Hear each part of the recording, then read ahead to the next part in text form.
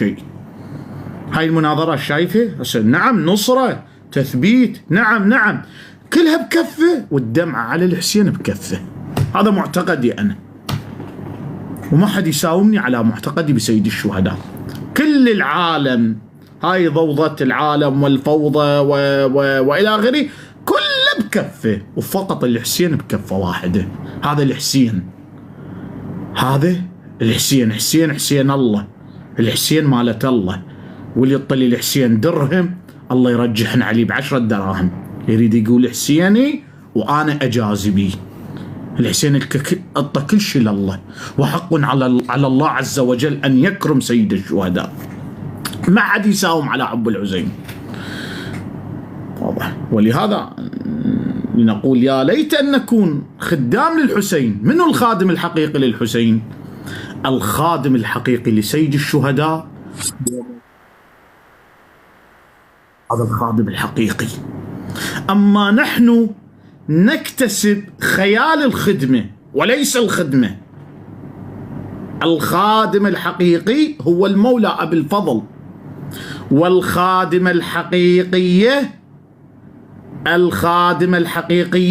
هي أم البنين سلام الله عليها، والناعية الحقيقية هي الزهراء، والباكي الحقيقي هو الرسول، والجاز على مصيبة الحسين الحقيقي هو المهدي المنتظر.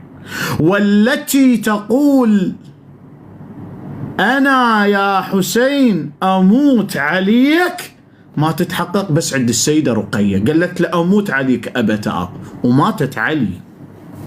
لعدتم ليش تقولون نموت على الحسين ما تموتون؟ ليش؟ لأن لدينا خيال وليس هي الحقيقة. المعرفة الحقيقية تجدها عند آل محمد.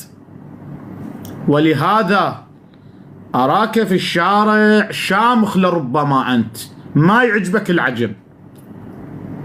العجب، بس واحد يسوي لك بس تقوم، ما يعجبك العجب، ترى أنت شامخ، بس شبيك باسم الحسين من يلفظ قدامك تنكسر، وطعطع كل شريف لكم.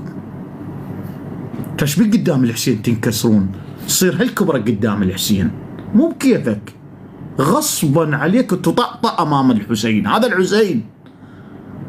وين هذول القوط الأفندية أهل العقل يرون أنفسهم رجالات الدين والعلماء الكتاب، وينهم قدام الحسين؟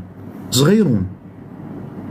شوفها بالأيام العادية شامخ روحه، بس مجلس الحسين ينكسر يصير صغير. ليش؟ طاطأ كل عزيز وشريف لكم، الكل يطأطأ. وهذه الحقيقة راح تتجلى يوم القيامة. ماكو بعد فلان القائد وفلان الزعيم وفلان الكبير، كلكم رغما عليكم يا من منعتم مجالس الزهراء في الدنيا ومجالس الحسين في الدنيا، رغما عليكم سيقام مجلس للحسين في ساحة القيامة. والله سيقام مجلس الحسين، والله أمام الإشهاد سيقام مجلس الحسين، والكل يخضع للبكاء على الحسين، والكل يخضع لمصيبة الحسين، كلها تقف أفواجا أفواجا. اعرضوا مصيبة كربلاء، كربلاء مالة الله عز وجل. الله قلب الدنيا على مود ناقة الله وسقياها. شنو قيمة هذه الناقة أمام عبد الله الرضيع؟ الحسين شو يقولهم والله ما بفصيلة ناقة صالح أعز عند الله من عبد الله الرضيع. الله أكبر. ولكم الله قلب الدنيا على مود ناقة. الحسين يقولهم ما بناقة صالح وفصيلها عزيز عند الله من عبد الله الرضيع. الله قلب الدنيا على ناقة. والزهراء احتجت بهذا القول بأبي وأمي حينما خرجت للقوم وقالت والله ما ناقة بصالح عند الله أعز مني، أنا فاطمة الزهراء، أنا بنت نبيكم. ولهذا بأبي وأمي الحسين سلام الله عليه أراد أن يذكرهم بهذه الأمور. والله إخوان أقسم بالله العلي العظيم لو تخيلنا قليل ولو قليل من شيء من كربلاء. والله الذي وصل إلينا ليس كربلاء، والله هذا خيال كربلاء، والله خيال كربلاء. من رحمة الله عز وجل ما خلانا نعرف كربلاء. العالم تخبلت والسودنت، هو ما واصلها شيء من كربلاء، وصل إلها الخيال. لو نعرف أحد العلماء قال له إلهي أريد شيء أشوف من كربلاء، شيء بس أريد أن تكشفوا لي الغطاء يا مولاي يا صاحب الزمان، يا مولاي يا أبا عبد الله، اكشفوا لي الغطاء، أريد أشوف قليل من كربلاء، رمق رمق رمق من كربلاء، شيء بسيط. هذا العالم وهو نايم، وراووه بعالم الرؤيا، وهي نومه وهي موته، مات العالم. أهل يردون يقعدون الصلاة الصبح يابس، هذا العالم ميبس. شنو هذا العالم؟ شنو شفت؟ يطوف على أحد العلماء قال له بالله اخبرني ما سر الميت، أنت عفناك سالم غانم، شنو سر الموت اللي عندك؟ قال له قد كشف شيء من كربلاء. شنو الشيء الذي كشف من كربلاء أيها العالم؟ هل رأيت فرار العلويات من خيمة إلى خيمة؟ لا. هل رأيت نحر سيد الشهداء كيف يذبح؟ لا. ماذا رأيت؟ رأى حافر على صدر الحسين،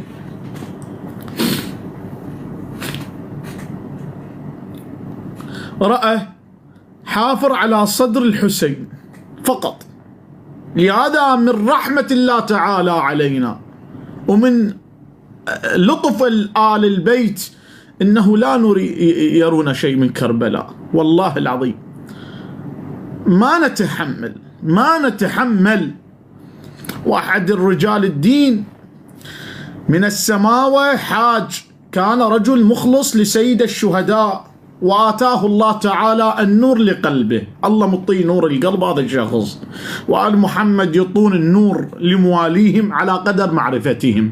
على محتاج نور القلب على قدر معرفته، يطون العلا 5%، فلان يستحق 40%، كل من يطون معرفته على حسب نور على حسب معرفته. أحد الرجال المخلصين من خدام سيد الشهداء، طبعا تحياتي لأهل السماوة، فيهم رجال خدام ونعم الخدام. أنا أرى في السماوة تجار، ولكن والله العظيم يعني صغار يصيرون قدام الحسين كلش يعني على التواضع اللي شايلينه، لأنهم خدام. والسماوة نعم أقول أنا السماوة فيها خدام ولا زالت تنجب خدام الحسين. فهذا الرجل كان من أهالي السماوة، كانت أمنيته وطلبه عندما يتردد على العترة، يروح ويرجع للعترة يقول لهم أريدكم ترزقوني عطش الحسين. هذا طلبه.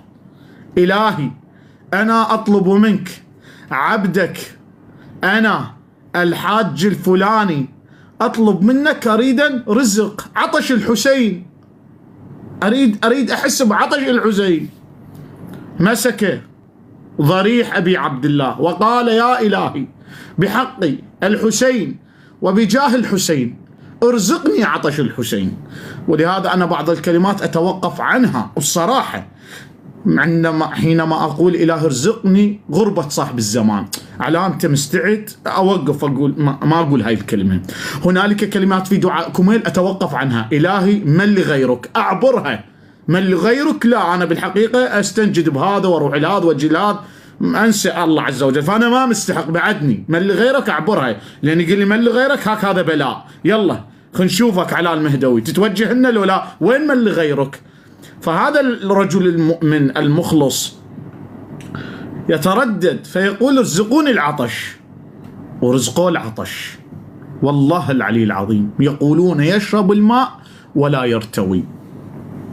يشرب الماء، يشرب ايش قد ما يشرب ما قاعد يرتوي. اخواني تخيلوا، مرة مرتين ثلاثة أربعة ما يرتوي من الماء.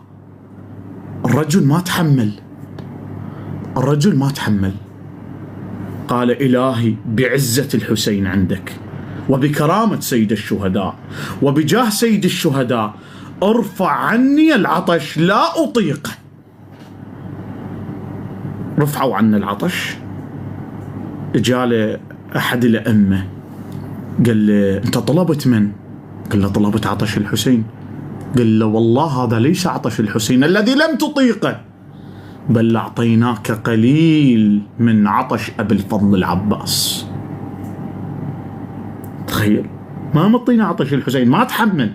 تعرفون الحسين ايش سوى اخوان؟ قال له اعطيناك قليل من عطش أبي الفضل العباس عليه السلام.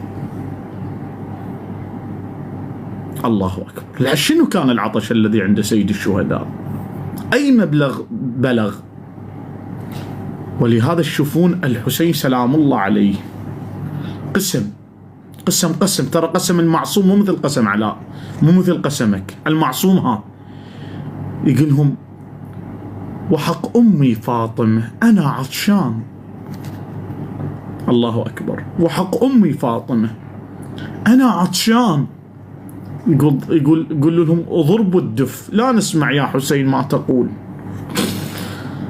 يقول لعلهم ما يحترمون أم الزهراء، خلنا نقسم عليهم بالشيء هم يعتقدون به لعل يرتجف قلوبهم. شنو رد عليهم؟ وحق جدي رسول الله أنا عطشان. الله أكبر. وحق جدي رسول الله أنا عطشان. يقول أصبح شفا الحسين شفتاه كالخشب المسند. يقول تفطرت شفايف أبو عبد الله. يقول تفطرت شفايف أبو عبد الله. شايفين كبد الحسين شلون صار؟ أوصل لكم الفكرة. شايفين من ينزل مطر على أرض تتبلل هذه الأرض، مو تضرب عليها الشمس تتفطر هذه الأرض. يوصفون يقولون كبد الحسين أخذ هكذا يتفطر. ماكو قطرة ماء لسيد الشهداء ماكو. يقول يريد يتكلم يؤمى بيده للخيام. يقول ما يقدر يتكلم. ليش؟ التراب دخل إلى منحر سيد الشهداء. التراب اللظم في منحر سيد الشهداء اللظم اخوان تراب وجهد الحديد أرهقني الدرع وغيره والملابس، وكانت كربلاء حارة وفوق هذا عطش.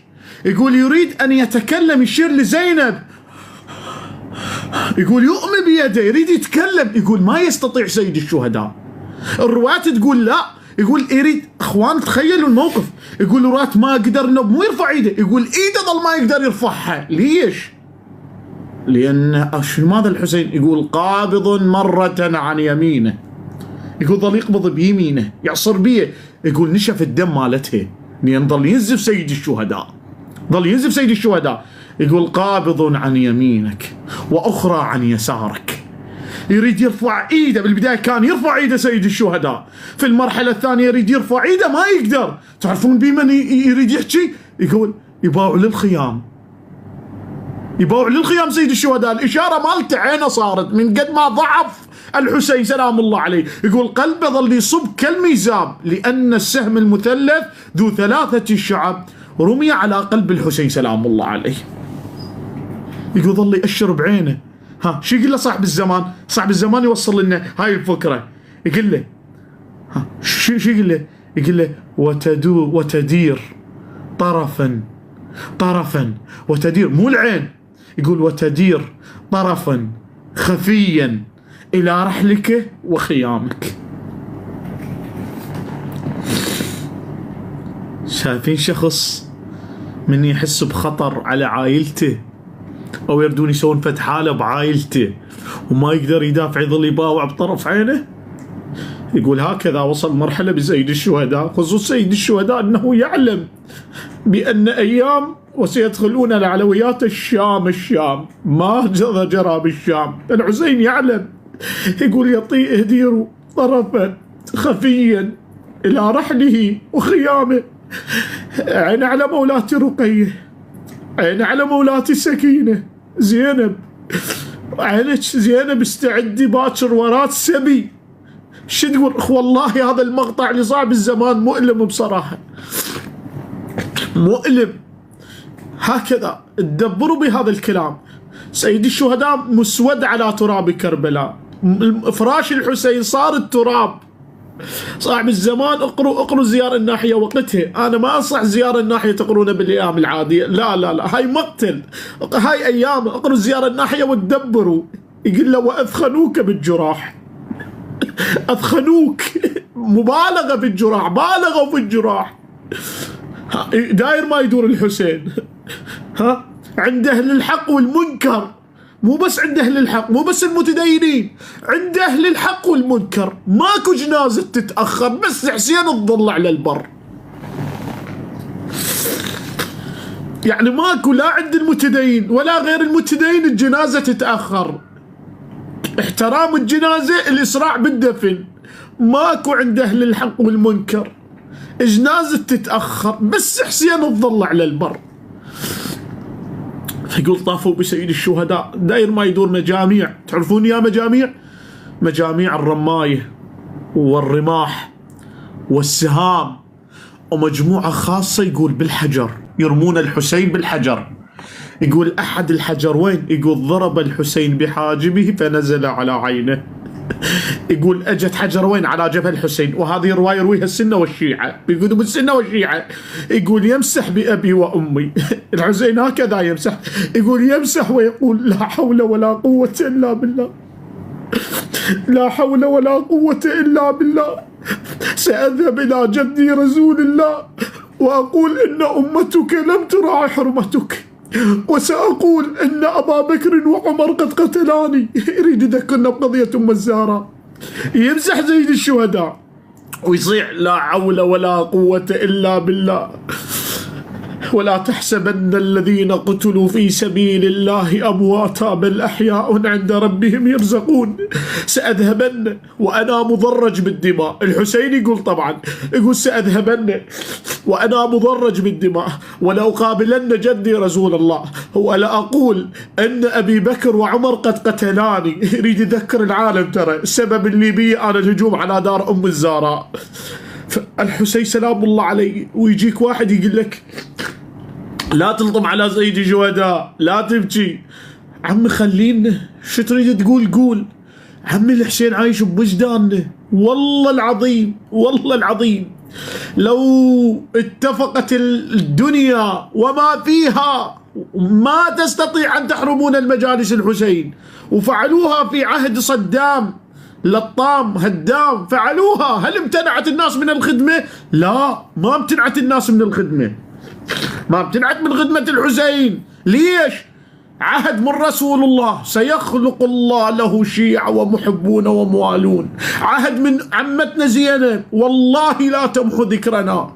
عهد من السيدة زينب أيضا، سيخلق الله خلق لنا بهم يعلى قبر الحسين. وقبر الحسين مولاتي زينب عالي بخطاباتك وبكلامك وبالتضحيات اللي قدمتيها. نعم، هكذا هو الحسين، الحسين العظيم، الحسين المظلوم، الحسين العطشان،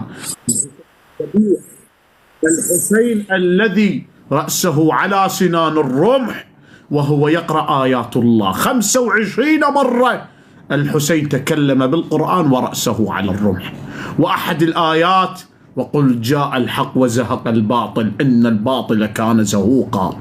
وأحد الآيات أم حسبت أن أصحاب الكهف والرقيم كانوا من آياتنا عجبا. وهكذا يقرأ الحسين 25 مرة. في نهاية المطاف وين ودوا راس الحسين؟ علقوه في باب الساعات، علقوه في باب الساعات. يوم كامل راس الحسين مخلينه في باب الساعات في الشام. الشام أكثر ما آذوا آل محمد أهل الشام. 3 مدن لم تبكي علينا، منها ولاية الشام. ولاية الشام، يقول الإمام 3 مدن لم تبكي علينا، منها ولاية الشام. وماذا أخرجت لنا ولاية الشام؟ أخرجت لنا أصحاب الرايات السوداء وغيرها. وإلى اليوم الشام وأبناء الشام، ليس المتشيعين والشيعة، الناصبة، ماذا؟ يستهزئون في الحسين. والآن يدرسون في منهاج الذي عندهم أن الحسين خارجي، هكذا يدرسون.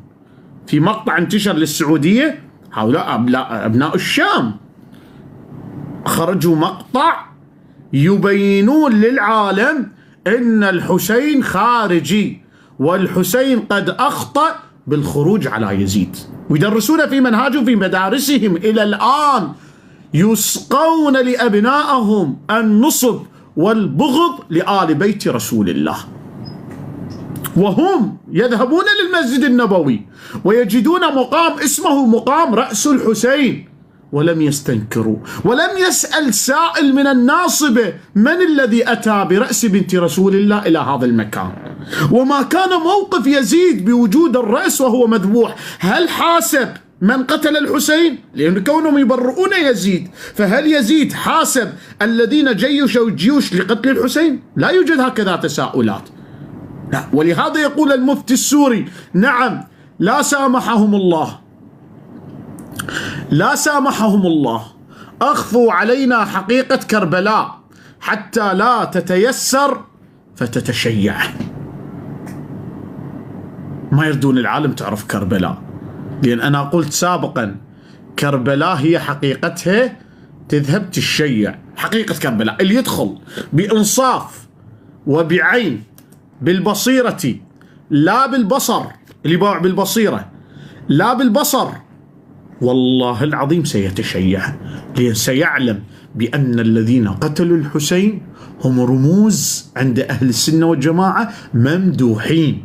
ونحن تناولنا هذه الحلقة، نحن تناولنا هذه الحلقة أحبتي الذين قتلوا الحسين هم رموز ممدوحة في كتب السنة. فحينما تسمع السني يقول: يا حسين نحبك يا ابن بنت رسول الله، لا سئله قل له: لماذا تمدحون بقتلة الحسين؟ عمر بن سعد ممدوح في كتاب أحمد بن حنبل، أنس بن مالك عندكم راوي من رواة البخاري، تقريبا ربع دين السنة منقول من أنس بن مالك، راوي اللي نقل دين السنة عائشة، أبو هريرة، أنس، عبد الله بن عمر، حذيفة. أنس راوي جمع من الروايات. هذا من الذين كان يجلس مع يزيد وعبيد الله ابن زياد في مقتل الحسين، والإمام السجاد قال له: أنس ألم ترى رسول الله يقول حسين مني وأنا من الحسين؟ قال: نعم. قال: فلماذا تجلس مع يزيد؟ ولماذا تجلس مع عبيد الله بن زياد؟ هذه حقائق مخفية، فلا بد كل الناس يعرف هذه الحقيقة، كل العالم لابد أن يعرفها، أن الذين قتلوا الحسين هم نفسهم الذين هجموا على دار الزهراء، والذين هجموا على دار الزهراء هم نفسهم الذين قاتلوا علي بن أبي طالب في معركة يوم الجمل، والذين قاتلوا علي في معركة الجمل هم أصحاب صفين وأصحاب نهروان وأصحاب مقتلة الحسين في كربلاء، هم نفسيتهم ونفسهم أصحاب صفين وأصحاب النهروان وأصحاب الذين قتلوا الحسين في كربلاء، والذين هجموا على دار الزهراء، والذين قالوا إن محمد رسول الله لا يهجر، هم نفسهم أصحاب الرايات السوداء التي تقتل كل مسلم موحد بالله تعالى، هم نفسهم هؤلاء. هاي الفئة منهج ليس بالضرورة، انتبه هذه المعلومة مهمة جدا، ليس بالضرورة أن يتكرر الشخص نفسه لفعل الجريمة، بل بالضرورة الحفاظ على المنهجية. تقول لي: وين اليوم عائشة؟ وين اليوم معاوية الذين قاتلوا في صفين؟ وين أبو بكر؟ أقول لك: لا، مو إلا الشخص نفسه، ليس بالضرورة الحفاظ على الشخص، بل المنهجية نفسيته. الذين قتلوا معركة الجمل والذين قتلوا الحسين في كربلاء والذين في صفين هم نفسيتهم اليوم أصحاب الرايات السوداء، المنهجية واحدة بغض النظر على اختلاف الأشخاص واختلاف المسميات. حركة الدجال هي اليوم من وين هي؟ حركة إبليس هي اليوم لو من آدم.